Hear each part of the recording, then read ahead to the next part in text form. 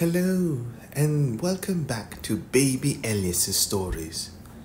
We now return to The Secret Garden by Francis Hodgson Burnett. Chapter 17. A Tantrum. She had got up very early in the morning and had worked hard in the garden, and she was tired and sleepy.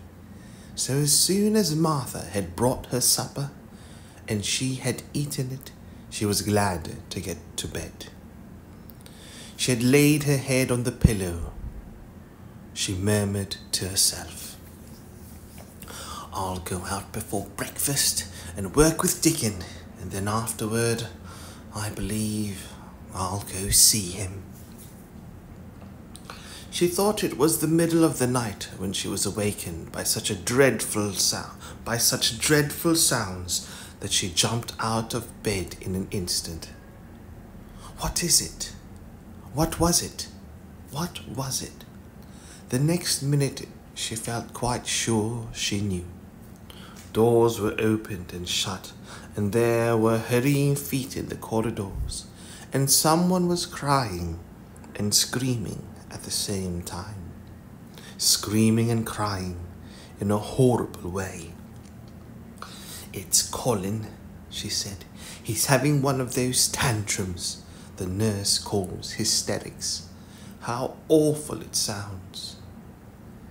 And she listened to the sobbing screams. She did not wonder that people were so frightened that they gave him his own way in everything rather than hear him. She put her hands over her ears and felt sick and shivering. "I don't know what to do.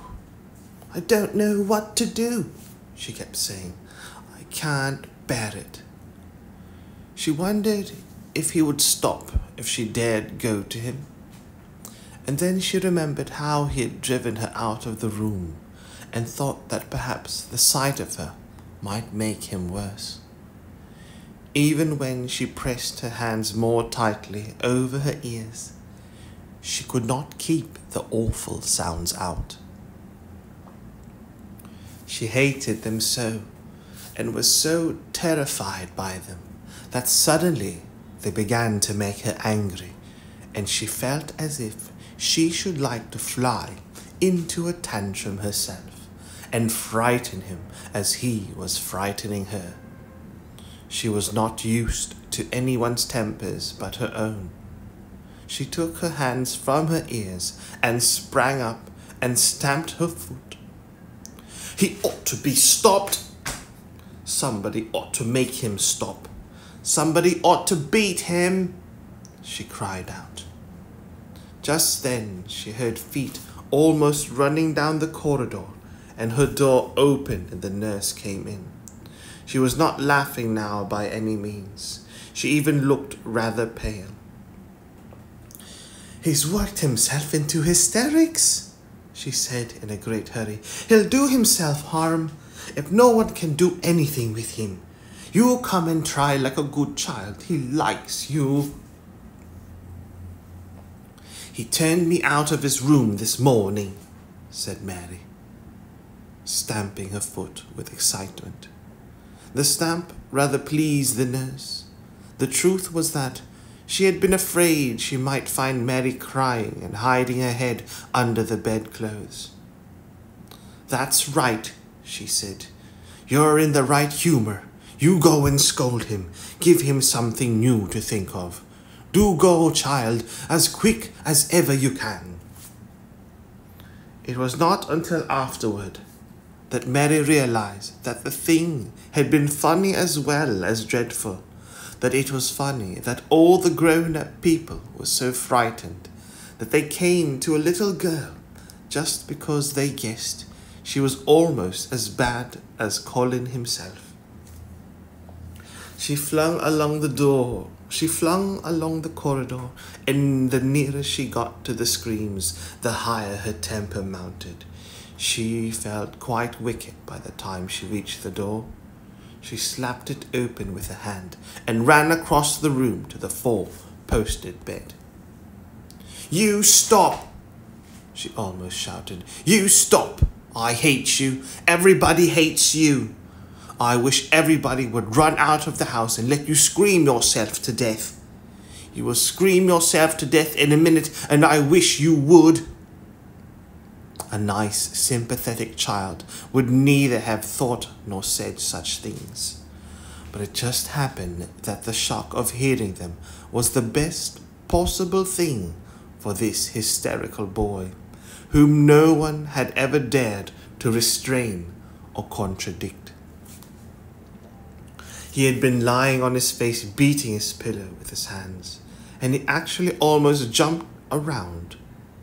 He turned so quickly at the sound of the furious little voice. His face looked dreadful, white and red and swollen, and he was gasping and choking. But savage little Mary did not care an atom.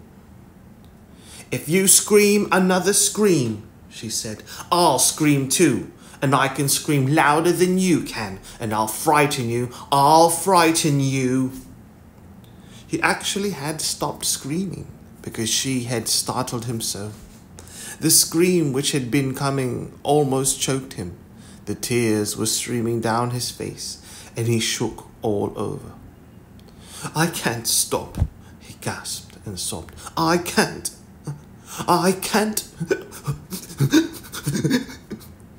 You can, shouted Mary. Half that ails you is hysterics and temper. Just hysterics. Hysterics, hysterics. And she stamped each time she said it. I felt the lump. I felt it. I knew I should. I shall have a hunch on my back, and then I shall die. And he began to writhe again and turn on his face, and sobbed and wailed, but he didn't scream. You didn't feel a lump, contradicted Mary fiercely. If you did, it was only a hysterical lump. Hysterics makes lumps. There's nothing the matter with your horrid back, nothing but hysterics. Turn over and let me look at it. She liked the word hysterics, and felt somehow as if it had an effect on him. He was probably like herself, and had never heard it before. Nurse, she commanded, come here and show me his back this minute. The nurse, Mrs. Medlock, and Martha had been standing huddled together near the door, staring at her, their mouths half open. All three had gasped with fright more than once. The nurse came forward as if she were half afraid, and Colin was heaving with great breathless sobs.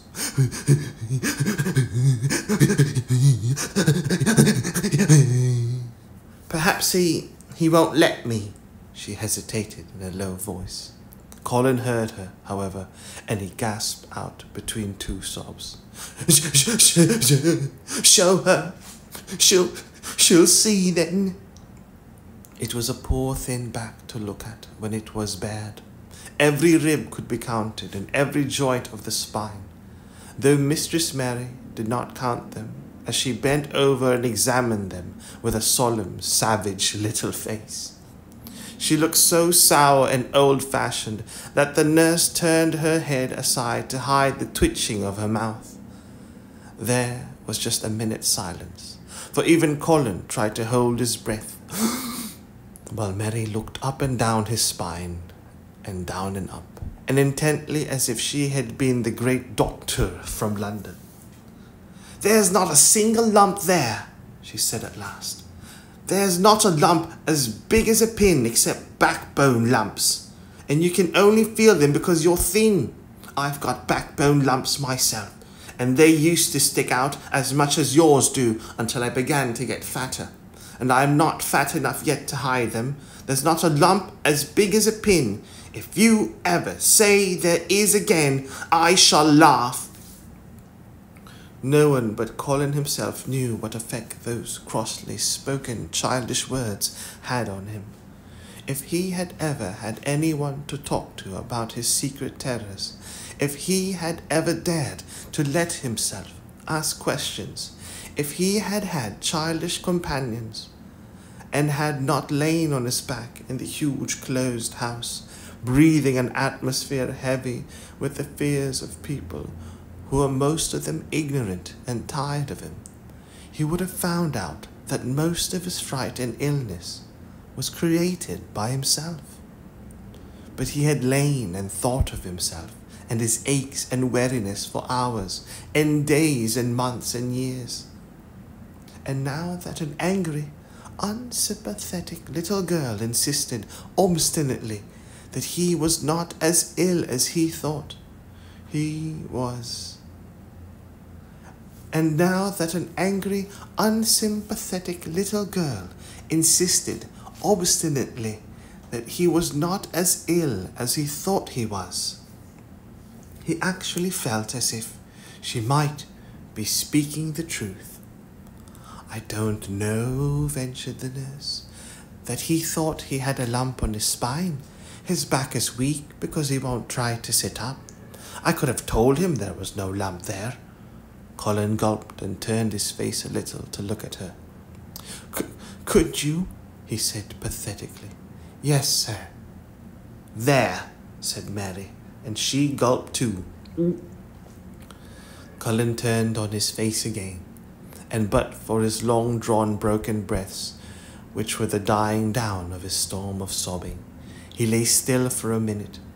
The great tears streamed down his face and wet the pillow. Actually, the tears meant that a curious great relief had come to him. Presently he turned and looked at the nurse again, and strangely enough, he was not like a Rajah at all as he spoke to her. Do you think I could live to grow up?" he said. The nurse was neither clever nor soft-hearted, but she could repeat some of the London doctor's words. "You probably will, if you do what you're told to do and not give way to your temper and stay out a great deal in the fresh air." Colin's tantrum had passed, and he was weak and worn out with crying, and this perhaps made him feel gentle. He put out his hand a little toward Mary, and I am glad to say that, her own tantrum having passed, she was softened too and met him halfway with her hand, so that it was a sort of making up. I'll go out with you, Mary," he said. "I shan't hate fresh air if we can find—" He remembered just in time to stop himself from saying, "if we can find the secret garden," and he ended, "I shall like to go out with you if Dickon will come and push my chair. I do so want to see Dickon and the fox and the crow." The nurse remade the tumbled bed and shook and straightened the pillows. Then she made Colin a cup of beef tea and gave a cup to Mary, who really was very glad to get it after her excitement. Mrs. Medlock and Martha gladly slipped away, and after everything was neat and calm and in order, the nurse looked as if she would very gladly slip away also. She was a healthy young woman who resented being robbed of her sleep, and she yawned quite openly as she looked at Mary, who had pushed her big footstool close to the four-posted bed and was holding Colin's hand. "You must go back and get your sleep out," she said. "He'll drop off in a while if he's not too upset. Then I'll lie down myself in the next room." "Would you like me to sing you that song I learned from my ayah?" Mary whispered to Colin. His hands pulled hers gently, and he turned his eyes on her appealingly. "Oh, yes," he answered. "It's such a soft song. I shall go to sleep in a minute." "I will put him to sleep," Mary said to the yawning nurse. "You can go if you like." "Well," said the nurse with an attempt at reluctance, "if he doesn't go to sleep in half an hour, you must call me." "Very well," answered Mary. The nurse was out of the room in a minute, and as soon as she had gone, Colin pulled Mary's hand again. "I almost told," he said, "but I stopped myself in time. I won't talk and I'll go to sleep, but you said you had a whole lot of nice things to tell me. Do you think you have found out anything at all about the way into the secret garden? Mary looked at his poor little tired face and swollen eyes, and her heart relented. Yes, she answered. I think I have, and if you will go to sleep, I will tell you tomorrow. His hand quite trembled. Oh, Mary, he said, oh, Mary, if I could get into it, I think I should live to grow up. Do you suppose that instead of singing the Aya song, you could just tell me softly as you did the first day what you imagined it looks like inside? I am sure it will make me go to sleep. Yes, answered Mary. Shut your eyes. He closed his eyes and lay quite still, and she held his hand and began to speak very slowly and in a very low voice. I think it has been left alone so long that it has grown all into a lovely tangle. I think the roses have climbed and climbed and climbed until they hang from the branches, the walls, and creep over the ground. I think the roses have climbed and climbed and climbed until they hang from the branches and walls and creep over the ground, almost like a strange grey mist. Some of them have died, but many are alive, and when the summer comes, there will be curtains and fountains of roses. I think the ground is full of daffodils and snowdrops and lilies, and iris working their way out of the dark. Now the spring has begun. Perhaps. The soft drone of her voice was making him stiller and stiller, and she saw it and went on. Perhaps they are coming up through the grass. Perhaps there are clusters of purple crocuses. There are clusters of purple crocuses and gold ones, even now. Perhaps the leaves are beginning to break out and uncurl, and perhaps the grey is changing, and a green gauze veil is creeping and creeping over everything, and the birds are coming to look at it, because it is so safe and still. And perhaps, very softly and slowly indeed, the robin has found a mate and is building a nest. And Colin was asleep.